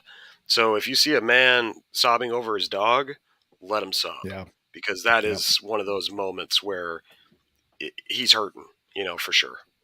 Let me ask you a question with that. Because I'm a big dog guy. I took my my one golden over to University of Penn. She was having all kinds of issues, and they came out, told me cancer and stuff like that. And we're gonna put her down. And I walked out, and I'm like, I hear them as I'm leaving. I said, "My God, he didn't even cry." Like, I didn't until I got into the frigging van, and I was like, because I took my wife's van because I didn't want to, try and get the dog in and out of my truck, and I just friggin' loved. But I think that, like, when you lose a pet, it's almost it allows you to unload other feelings that you had that you kind of, because it's your pet, it's your baby, it's your and I mean, my God, like, to me, there's nothing. I can't imagine not having a dog. It's like they're like, it's like they say, like, lock your dog and your wife in the trunk. Come back in an hour. Which one's happy to see you? It's the dog is always happy for you. The dog always loves you, and when they go, I mean, that's the only problem with dogs, is they just don't live long enough. Yeah. But I found that, like, we got tie in, robbed. we tie in other emotions with that, and that allows us to release of that. God's got a sick sense of humor, letting turtles and parrots live to 100 years, but taking our dogs less than 20. Yeah. So my wife, I and wept like a baby when my dog passed away. I just God, I cried. I was like in my early 20s and just wept like a baby, because that's your best friend. I mean, there's a reason why they call dogs man's best friend. Nothing replaces a dog. Sorry. No, it's cool. So my wife and I, we have a year after we were married, or no, right before a year of being married, we ended up getting a dog, and it's a husky poodle, and she's going on almost 6 years. And my wife jokingly, she hates the story. We wake up and my wife's like, she's 6 years old and she's almost gone. And I was like, don't say that. And then in my head, I was like, I think at that, I waited a few years for this one. I was like, in 4 years, I'll be 40. And she's like, oh, shut up. I was like, don't bring up the dog's age. But to me, we went a little dark, but on these topics, but to me, I mean, there's a certain time and place for guys to be emotional, but in the end, I think we all can agree that we shouldn't let the whole world know how we're feeling, because that ends up really pushing people away, and you only pick select people you can tell certain things that you're dealing with and everything. There's no problem with being emotional, and it's a lot of things that's happening. That's why I picked this topic. Is there's been a lot of things going around where it's like, maybe we should talk about this, like, for guys to understand, of like, you shouldn't do it this way. this is a wrong way of doing it. It really is. It hurts things. It makes things a little bit difficult. And yeah, so it's that on that note, I think we all can agree, and I hope everyone can see where we're coming at. We got a little vulnerable, and which I think it can be good at times. I was pretty sad when my goldfish died. That was the only one that opened his mouth without asking for anything.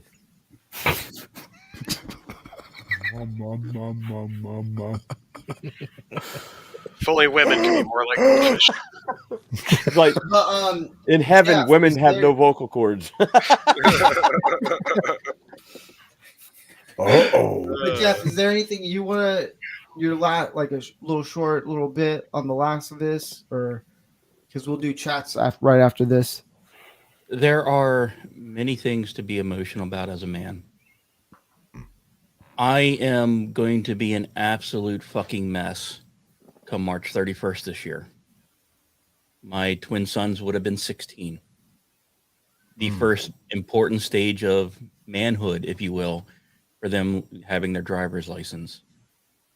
I will probably be a blithering idiot in social media about it, but only because I want to show other men that sometimes it is okay to be emotional, that sometimes expressing emotion can reveal to other men and women that the pain and suffering and emotions are real, that it's okay, that you can reach out to people who have suffered we are an unfortunate, unique group of individuals who suffer and have emotions that are unexplainable to most. Now, for everyday life, I would look to my grandfather. When I was 10 and working on the farm with him, he was doing a burn pit.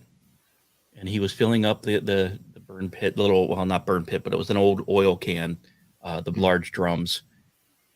And his leg caught on fire. And he put it out, rolled out in the ground, and continued working for about 45 minutes more. He didn't complain. He didn't bitch. He didn't moan. It wasn't until my aunt came out and saw that he was missing his right pant leg and that it was not normal looking skin. I'll put it the best YouTube way I can. And she forced him to go to the hospital.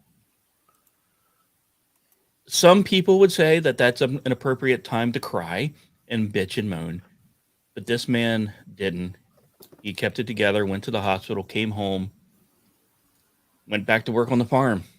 There is a right time to whine like a little bitch. There is a right time to express emotions, and there are right times to hold it in and keep it together because other people depend on us. And finding that fine tuning of when is right is difficult, and we will make mistakes, and that is okay. Yeah. I can relate to that burning leg thing because I watched my whole vasectomy. God. That was painful. And a little sad at the same time. The only thing that made me feel better is that knowing in the next week we would have to come back and drop off a sample, and I was making my wife come in like this. Well, at least it qualified for a YouTube short clip. There we go. On that note, we're going to get into the chats. And now deep thoughts with Andy. Oh, yes. I'm sorry, just reminded me of that Saturday Night Live skit, Oh God. Deep thoughts with God. White's house. SP4H says, Big Daddy MRI. I do enjoy baseball, but I still haven't. And cannot forgive the Pirates for 20 plus losing seasons. Well, there's another 20 years losing that one. Yo, I think that team's gonna be the next Cubs. They're just not gonna win for another. Please, 120 come on. years. You think that's a long streak? Try the Toronto Maple Leafs that haven't won the Cup since what, 64? Since there are more than 6 teams, yes. Yeah. Philly just won their first Super Bowl Try back that. in 2018. So We all know that it was paid to the Cubs. It was given to them. And the Dodgers. That's all. What else? You should do a sports show, Steve. You know, I might. I just might. I'm thinking it could be called Man-O-Rama, you know, where a bunch of guys get together once a month and just talk about sports. You know, that sounds like a great idea. just don't invite Sam Smith with the water sports.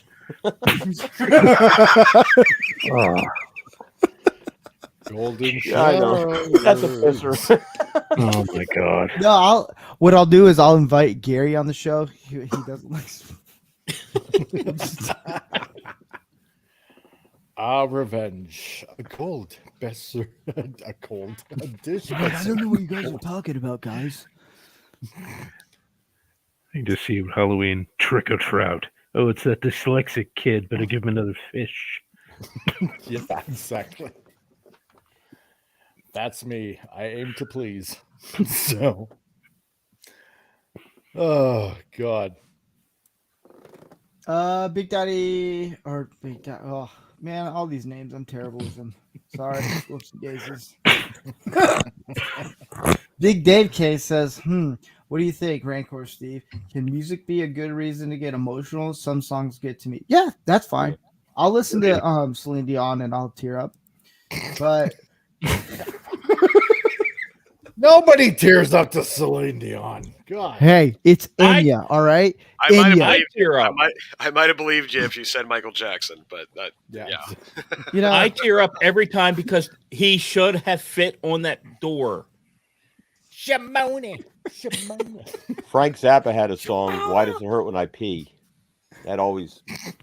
is that same kind of like Ring of Fire with Johnny Cash, Yeah. Yeah, that's right. right? you know, I think that song is a Oh, lot I different than what he rolled in. sings it is, but yeah. Rings of Fire. Oh baby. That's right. Big Spicy food is a Daddy bitch. MRI says, Rancor Steve, I have to go. Sorry to leave.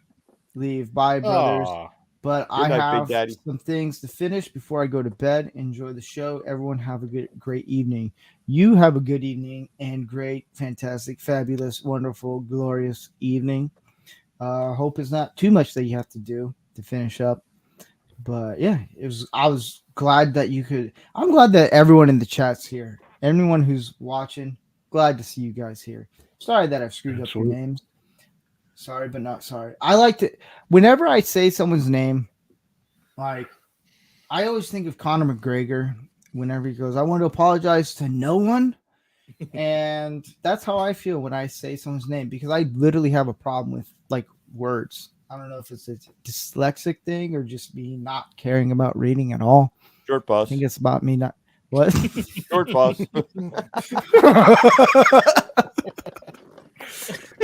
check one. Yes, but I remember I went to the I had what was it? It was jury duty. And I'm not kidding you. I was 181 person to get their name. And the lady, every time she says she's about to give the names out, I think she did like 20 names or something like that, or 50 or whatever number was. She's like, she always starts, if I get your name wrong, I'm sorry. She got everyone's name right, last name right, except mine. She struggled and I made her struggle. I was like, I'm going to sit here because you made me wait for 2 hours. And she was almost in tears. She hated it. She's like, she kept on trying. That's the thing. She would not stop. She was like, I'm going to get this name right. And it's a very simple last name. I'm not going to give it up. And I stood up and she looked at me dead center. She's like, how dare you, you motherfucker. I was like, yeah. She knew. And right when I got the little paper, whatever they hand me, she's like, you get this a lot, don't you? I was like, oh, college was fantastic. It was. It was like, Gonna make you pay. Jeez. You're so evil. But yeah, I had one professor call me that guy because he's like, I had him for like 4 years straight. He's like, And that guy's like, "Ah, that's me." Jeez. Yeah, I was. You know, when you have ass in your last name, it's fantastic. Oh, a veritable nexus of fun. All right. Yeah. Imagine having Oh. the worst names of all, though. Like Mr. Goodcock or something like that. Like Good Lord, Oh, Gaylord, Hitler. Richard Gaylord. Dude, Imagine, Gaylord. imagine if you will, you're at a fancy restaurant. You're out with a date with what will eventually become your first wife, and you're paying the bill. You put your credit card into the little bifold, and for the next 30 years, the same thing happens with every waiter, waitress, host. They skip a beat as they walk back to where they run that card through, and they look down on your card and see Stoner. Could be worse. You could be Dudley Manlove. did you wear a No, green T-shirt Wait, Stoner with a Great Dane?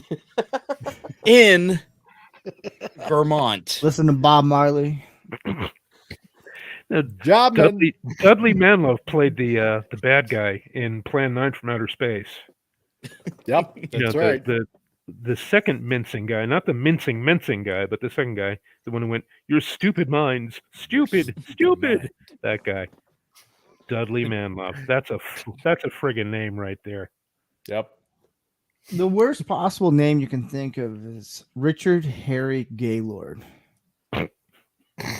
Try explaining that to your future wife on that one. I used to live across the street Richard from- Harry Gaylord. What? Or Harry Richard. That's better. Harry Richard Gaylord. Mike Roch, Ben Dover. Do you remember when Bart Simpson used to call the bar and you'd have like a new name every time? Yeah. Is there an alcoholic here? Alcoholic? I had a class. Amanda classmate was Richard Head. You think that's bad? Amanda Hug and Kiss was my favorite. Yeah.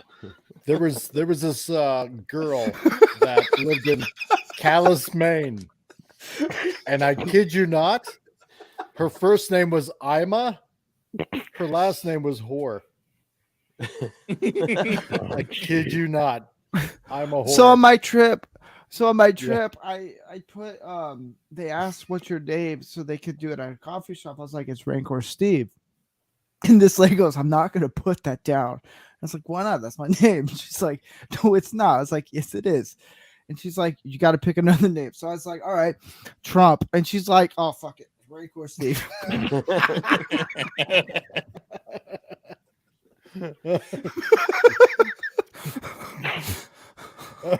And then the guy's like, Rancor Steve. I was like, it's Trump. And he's all like, oh, damn.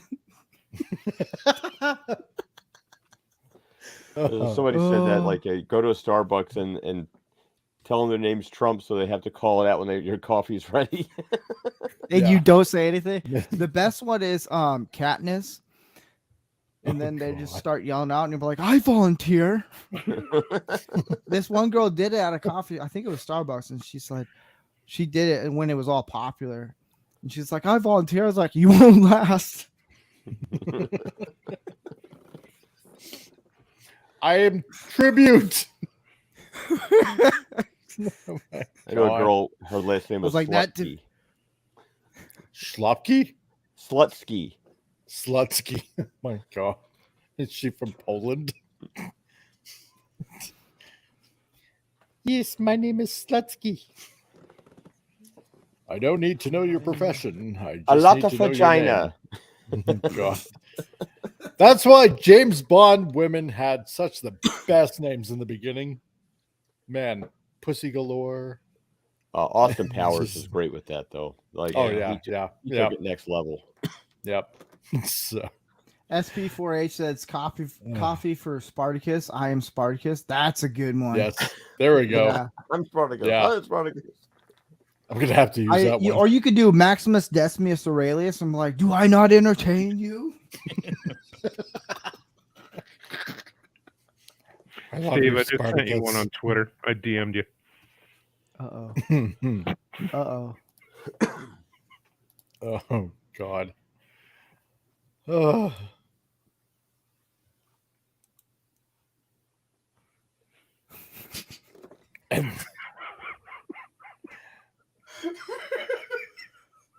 I'm gonna send this to. Caring is sharing. Come on. I know. Well, it's not really, it's not naughty, so I guess we could share. But it's funny. Yeah. Let me see if I can do it.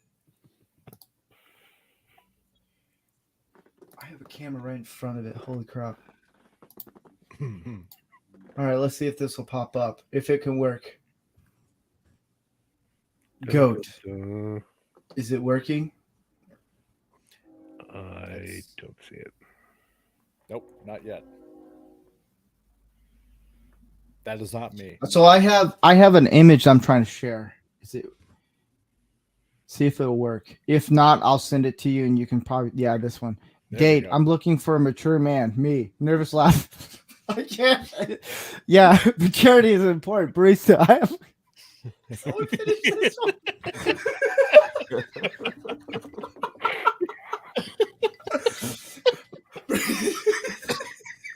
Oh man.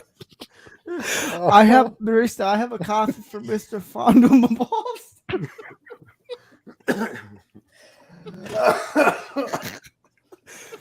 Oh God. Oh, I'm in pain. My spleen. I got more, but it's very edgy, so I better not, just in case. Dude, this is. Oh God. Oh, I'm in tears. Oh. Oh man. We had a guy at my one store that I worked at, my friend Brian, the funniest guy I ever knew in my life, and he used to call up to the courtesy desk, and because we had a woman up there, but she would fall for it every single time. You know, like Ophelia Crack, Phil McCracken, all like, and she's like, over the PA, you would hear it just like, and she's just like, what? And the one time she caught on, she was like, I have a phone call for. Click. Oh Lord. We are all 14 at heart. Yes. Yep. Yes, very much this. I just did that on Twitter. There was this girl, and she posted this picture of a cat looking in the mirror and standing in the sink looking in the mirror, and she put in there time for a shave, and I was like, the gentleman in me is conflicted between the perpetual child, so I'm just going to leave the obvious joke right there. Oh God. There's nothing like man humor. Oh man. I put mine in the private chat because it's a little on the istaphobe side, but it's still pretty funny. Yeah, it's right up there with the plane crash snow. Yep.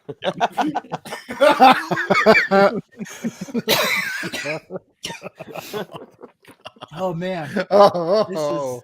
If you want to know how to end the show, this is how you do it. I'm in tears, dude. Oh man. Oh God. Oh, I just want to put it in the regular chat, but no. Fondle my balls. Foul temptress.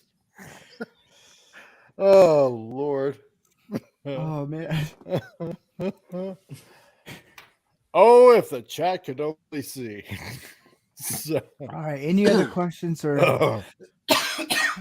oh man. Lord. All right.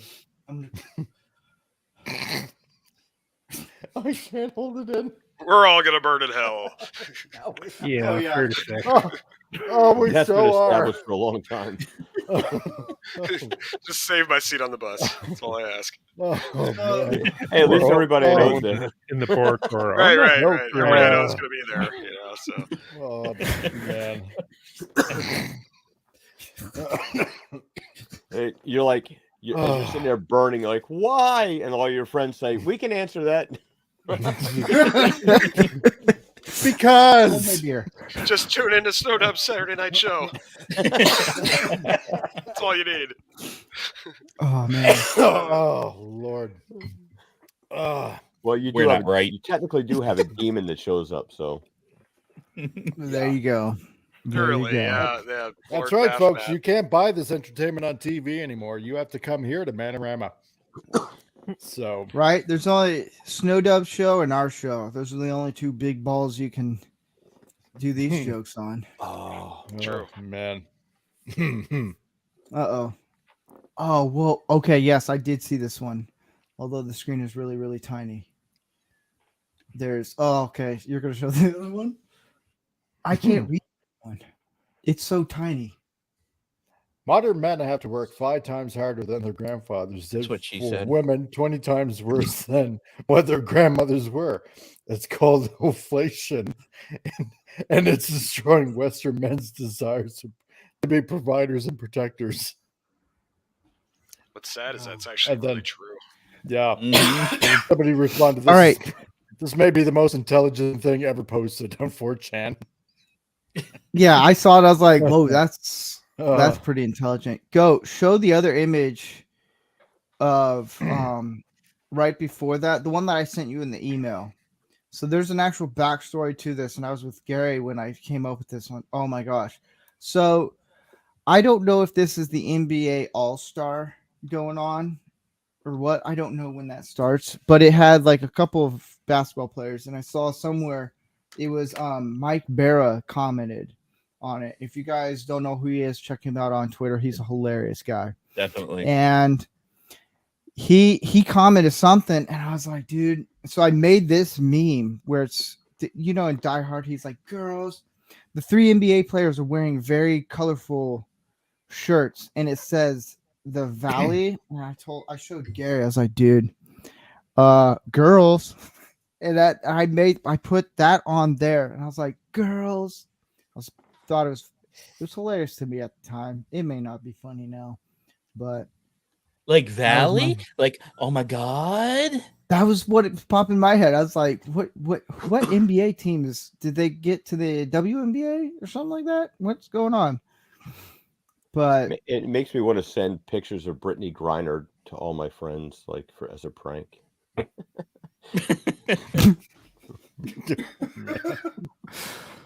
Like make a calendar. Make a calendar with like Leah Thomas and Brittany Griner. Like there we go. I can make that happen. someone asked me, he goes, "Are you gonna make a Man-O-Rama calendar?" I was like, "Are you sure about that?" that And takes they're like, balls. yes. Yeah. I was like, This is it's the just right a show. dog with his balls Nope. hanging down. Everybody goes around getting a picture next to like 12 different dogs, 12 dogs different humping sets of balls. inside. That's right. Dogs from behind. Oh, Swinging in the breeze. Dogs from behind. That reminds me of Vermont porn. Yeah. God. Steve, I gave you an idea in the private chat there. yes, I saw it. We can do it. Oh God, that's golden. Okay, so this one, Eric, Zoom in happy on Valentine's Day.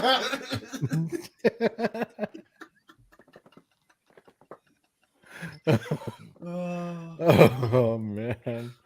Love Bing Bang. He actually retweeted that too. I can't remember what he said. No. Yeah, he retweeted. I can't Yes. remember what he said about it, but he played along with it. So I'll give him credit for that. Well, you have to at this point. Yeah. Oh I yeah. mean, you're Yeah. stuck. That joke's never going away, No. buddy. That's like me with short bus. That ain't going away, man. Yeah. Work with it, man. Shoot, shoot. I'm the caboose. Woo woo.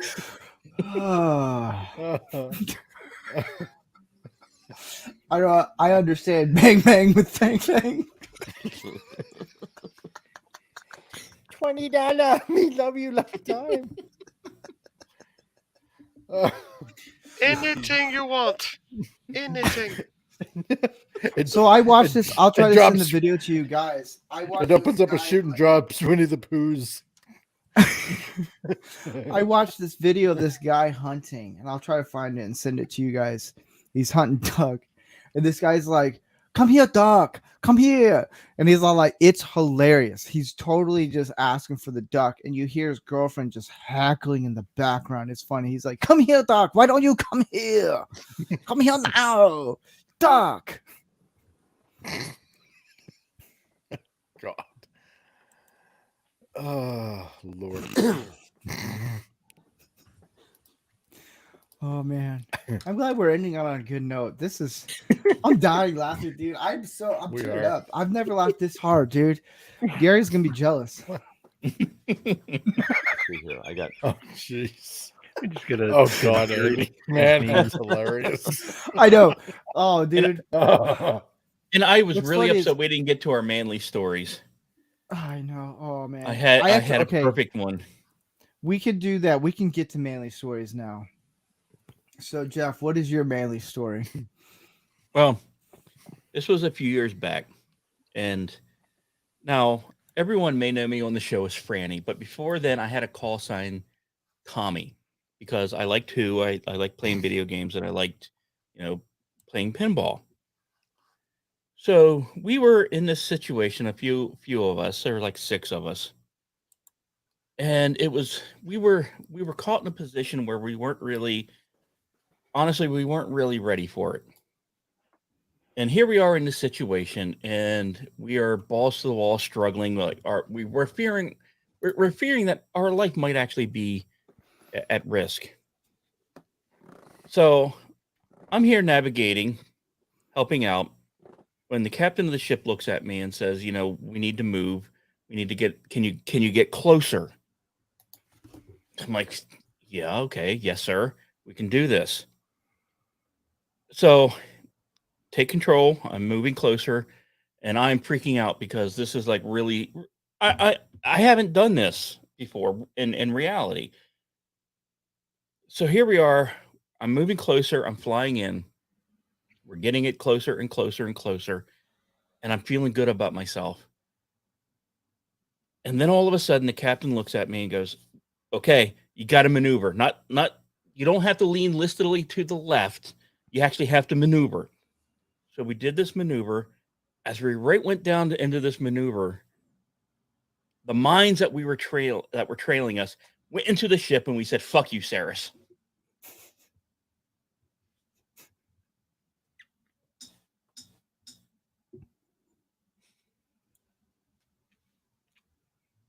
I don't get it. I think Vincent does. I'm very confused right now. Oh, you evil man. You. Galaxy Quest. I was pretending to be Tommy. Oh, Oh, okay. got it. I was sitting there like I recognized something there, but yeah, okay. No. You want to confuse a bunch of guys? There you No. go. Now, here's the thing that in a jokingly honest moment, does Tommy get the kill credit for all those aliens, or does the captain, or does the ship get the kill credit? Because Tommy was the one who flew the ship to the mines to get them to drag behind the ship. He maneuvered, the drags continued, and killed everyone except for Saris on that ship. It's I red suppose shirt he would guy get 6. credit. That's who gets credit. Okay. Just curious. But yes, I was So- being an ass. My No. manly story would be when I worked on a ranch, we all liked watching WWE. And I there's a can't guy quit who's you. about 6. You would like this story. And there's a guy who's 6'3". He was a quarterback. And in high school, I was like, Jesus, dude, you're tall. And he was younger than me by a couple years. 5'4", 6'3". You do the math. And in the old like 70s shows, like the wall is has that fake looking wood material that you put up there. A lot of shows paneling, back in the day. paneling. Paneling, yes. And so they thought it'd be funny to see if I can get through the wall. They threw me. Like this guy just went right in, shoulder into me. I go flying back into it and go right through the wall. And they're like, "Are you okay?" I was like, "Let's do that again." And then that's how I got my first concussion. And everyone's like, "Are you okay?" I was like, "I don't know what year it is or any of that." That probably explains a lot about me on the shut bus. That's Gives a good cover story. On that note, oh man, good laughters. You never know what you're gonna get at Man-O-Rama. It might go a little dark, it might get a little fun. You never know. Spice it up. Ooh, But thank you for everyone on the panel. This time we'll go around. If you want to plug in, Jesus, dude, I know Gary's gonna be like, "Stop saying it's fucking plug in. It's not a Glades." Anything Not you a want to plug? tampon, Rancor. It's like a snap-on vibrating tool. Dribble. If there's anything you'd like to share? Oh my gosh. You're feeling God. Yes. yeah, Atlas, is there anything you want to plug? In totally. Oh my god, like so much to share. Jeez. Yeah, no. Yes, I am Atlas on here, but the Comic Relief Crusader on my other channel. So every Tuesday we got Titillating Tuesdays, where we just talk about anything and everything that just happens to pop into my raunchy little brain. So I invite everybody to join up and join in and have fun with the conversation. So we just try to have a ball of laughs with that and try to find the funniest news of the week that we start off with. And yeah, just talk about all the news and reviews that's going on in the entertainment industry and trying to bring back some sanity for what it's worth nowadays to this wacky world of ours. Jeff, anything you want to plug? Sunday night at klrnradio.com. My show Lost Wonder airs. I'm talking space and science, typically about an hour long. There's many other good programmings on klrnradio.com. We are a podcast live radio network, so stop by and check us out. Snowdub. Well, if you want to see a bunch of R-rated puppets do nasty, gross, and disgusting, disturbing things, then probably Yes. click on my channel. Yeah, and Yes. I'm also trying to beef up my backup channel, the Snowdub Live. That's where I put all my live streams. I transfer them over there. So check out that channel as well to get caught up on crazy puppet antics. And thanks for having me on, guys. A lot of fun. Yeah. Love having you. Andy, anything you want to plug? Guys, make sure you're here next week where we will all have light blue hair and we will all be telling our fake human trafficking stories.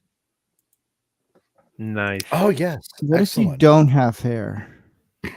That's what wigs are made for. That's right. You can borrow my rainbow wig. I have an extra. Yes. I have it on good authority that toupee. that blue wigs are easy to find these days because they're in such demand. Oh. Vincent, anything you want to plug? Well, just no, not really. You can follow me on Twitter at yes.vcharles, and I used to do other social media things, but I forgot the account names, so I wouldn't really worry about them. Just go to Twitter. Sweet. And remember, And everybody, if you want to piss them off, when you see the purple hairs and the green hairs, ask them if the curtain matches the drapes. They love it. Oh, absolutely. That's right. And remember, that's why they wear white on their wedding day to match the appliances. And they drive a Subaru. But oh man, it's been fun. You guys Or a long raincoat with batteries inside. Hey, honey. Oh man. Oh, Jesus. Oh, I'm gonna get in so much trouble with my wife, but I love it. It's worth it. Here. If I don't have a random trip that comes up, we are here every Thursday, 6 p.m. Pacific time, Man-O-Rama. And yes, there is a sports show that I'm in the works of trying to do once a month, and which will be called Ball-O-Rama, which is hilarious. You can thank Gary for giving the title of Man-O-Rama and Ball-O-Rama. And Ball-O-Rama is where we get Chinese magic balls and we just move around in our hands and go, ooh, ah la la. Do I have to pay And extra for that? Yeah. What does the owner say? Yeah, you stay here. Oh, register the ref. Do not forget to work the shaft. Stroke gently. I have Pretend cousins, it's all like sorts of first kids. date. Squish like grape. You want a happy ending? Man in Black.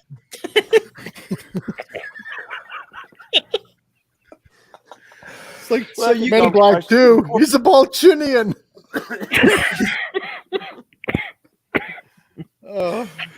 So you guys could check us out every Thursday. Oh man, this was fun.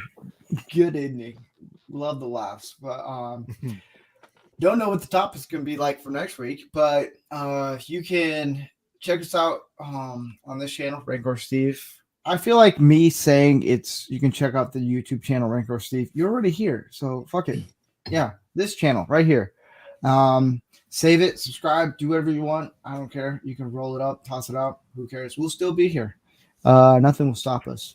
Or you can check me out on Twitter at Rancor Steve, or you can go to the Rumble. We have a Rumble account where it's Rancor Steve, which we're trying to get enough people on there where we can do a lot more crazier things. You know, Okay. you never know whose shirt's going to come off.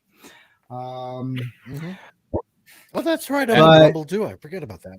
You guys have a good weekend. We'll see you guys next week. You guys have a safe weekend. Be man. Do ballsy things. Not anything that would get. If you guys get arrested, it's not my fault. Okay, don't say Rancor Steve told me to do it. No, don't do it. So, but you guys have a good weekend. It's a fun It's story. good to then see do everyone it. here on the panel. Thank you, and everyone in the chat. Thank you. Thanks for God having bless. Mazel tov. me. Y'all Me take too. care. Tuck and roll.